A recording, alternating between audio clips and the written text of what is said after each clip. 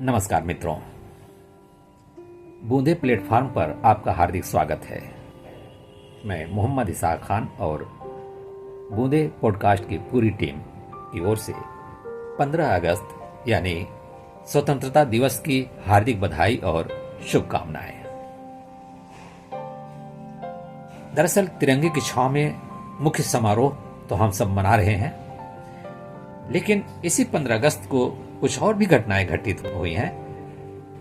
उनमें से एक है शास्त्रीय संगीत के महान विद्वान पुरोधा उस्ताद आमिर खान साहब की पैदाइश। उनकी पैदाइश कलानौर में एक संगीत घराने में आज ही के दिन हुई थी। उनके पिता उस्ताद शाहमीर खान साहब, जो कि सारंगी और वीणा के विशेषज्ञ थे, ये इंदौर के होलकर के दरबार में सेवा करते थे। उस्ताद आमिर खान के पिता उस्ताद शाहमीर खान साहब। दरअसल शाहमीर खान साहब अपने बेटे को सबसे पहले तो सारंगी की शिक्षा देना चाह रहे थे, लेकिन जब उन्होंने देखा कि गायन विधा में इनकी रुचि कुछ बढ़ती जा रही है, तब इन्होंने गायन विधा की प्रशिक्षण में इन्हें डाला, खुद सिखाना शुरू किया और एक अपने उस्ताद को भी इनके लिए मुकर्रर कर दिया। गायन विधा में ये पारंगत तो हो गए, कम उम्र में ही इन्होंने कई रागों की जानकारी हासिल कर ली। उन्होंने पहले थोड़ी सी शास्त्रीय संगीत की चर्चा भी हम करते चले। शास्त्रीय संगीत एक ऐसा संगीत है दोस्तों, जो शास्त्रों यानी कि नियमों पर आधारित होता है। इसमें राग, लय और ताल के नियमों का पालन किया जाता है। स्वरों और लय का सुंदर समायोजन होता है इसमें। और शास्त्रीय संगीत लोक संगीत और लोकप्रिय संगीत से अलग होता है। शास्त्रीय संगीत के दो रूप होते हैं, एक भारतीय शास्त्रीय संगीत, जिसे कि उत्तर भारत में इसका प्रचलन, और कर्नाटक संगीत, इसका प्रचलन दक्षिण भारत में है। तो दक्षिण भारत के शास्त्रीय संगीत को कर्नाटक संगीत और उत्तर भारत के शास्त्रीय संगीत को भारतीय संगीत का नाम दिया गया। शास्त्रीय संगीत की एक खास विशेषता यह भी है, यह सुर प्रधान होता है, शब्द प्रधान नहीं। इसमें महत्व सुर का होता है। तो मित्रों, हम बात कर रहे हैं उस्ताद आमिर खान साहब के बारे में। आमिर खान साहब के बारे में यह कहा जाता है कि इन्होंने उस समय के इंदौर के बड़े बड़े कलाकारों से प्रशिक्षण ली, जिनमें उस्ताद अमान अली खान, जो उनके पिता के भी उस्ताद थे जैसा कि बताया गया है, उस्ताद रजब अली खान और उस्ताद अब्दुल वाहिद खान की गायकी से भी इन्होंने बहुत कुछ सीखा। कहते हैं कि 47 के बाद बंटवारे में ये मुंबई आ गए थे और मुंबई में ये रहने लग गए, अपना प्रदर्शन करने लग गए, मंचों पर गाने लग गए। कहीं कहीं इन्हें ठुमरी गाने के लिए लोग इनसे गुजारिश करते, लेकिन ठुमरी में शायद बताते हैं कि इनका दिल नहीं लगा। तो इस तरह से अगर हम देखें तो आमिर खान साहब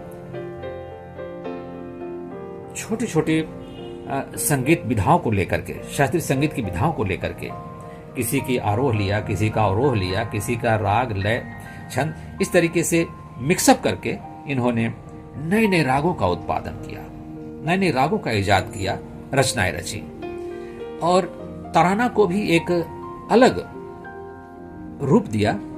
काफी इसमें प्रसिद्धि मिली, जिसमें कि कुछ फारसी के शब्दों का भी इन्होंने गायन करके तराने में ढालने की कोशिश की। इन्होंने एक नई गायन शैली की नींव डालकर के इंदौर घराना नामक एक नए घराने की स्थापना भी की थी।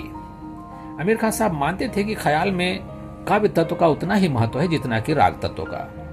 उनका अति विलंबित ख्याल एक ताल गायन का प्रतीक था, जिसे उन्होंने बड़े चिंतन मनन से विकसित किया था। उस्ताद आमिर खान साहब की आलाप में स्वरों की बढ़त एक विशेष प्रकार की थी, जिसे खंड मेरु पद्धति कहते हैं, खंड मेरु या मेरुखंड प्रणाली।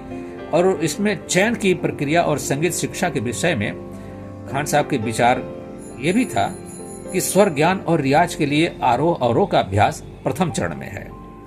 कि कभी कभी तराना तो ये गाते ही थे। तराना की गायन शैली के संबंध में उनका मानना था कि अपने मौलिक रूप में तराना अध्यात्मवाद से परिपूर्ण होता है। इसीलिए शास्त्रीय संगीत में भक्ति के पुट पाए जाते हैं। यह भी उनका मानना था कि ईश्वर से तादात्म्य हो जाता है। शास्त्रीय संगीत में इतनी ताकत होती है। इसीलिए बड़ी पवित्रता, बड़ी पाकिजगी होती है शास्त्रीय संगीत के गुरु शिष्य परंपरा में अगर देखें तो। इसीलिए इसके जो विद्वान होते हैं, जो पुरोधा होते हैं, वो अपने आप को गायक या वादक नहीं कहते, बल्कि एक साधक होते हैं। और सचमुच में अगर साधना, साधक, योग की क्रिया अगर देखना है तो शास्त्रीय संगीत के विद्वानों के समकक्ष आप जाइए, उनके बारे में जानिए, फिर आप भक्ति, साधना और योग को जान जाएंगे। क्या है, जब भक्ति संगीत का जब सुर चढ़ता है तो उनके मूड देखिए आप, इस तरीके से वो रम जाते हैं, इस तरीके से वो अपने आप को झकझोर डालते हैं, जिलबिला उठते हैं उस राग के साथ, उस ताल के साथ, उस लय के साथ। इस श्रोता या दर्शक तल्लीन हो उठते हैं, खो जाते हैं, वो भी उसी संगीत की धारा में बहने लगते हैं। तो ये संगीत की विशेषता है।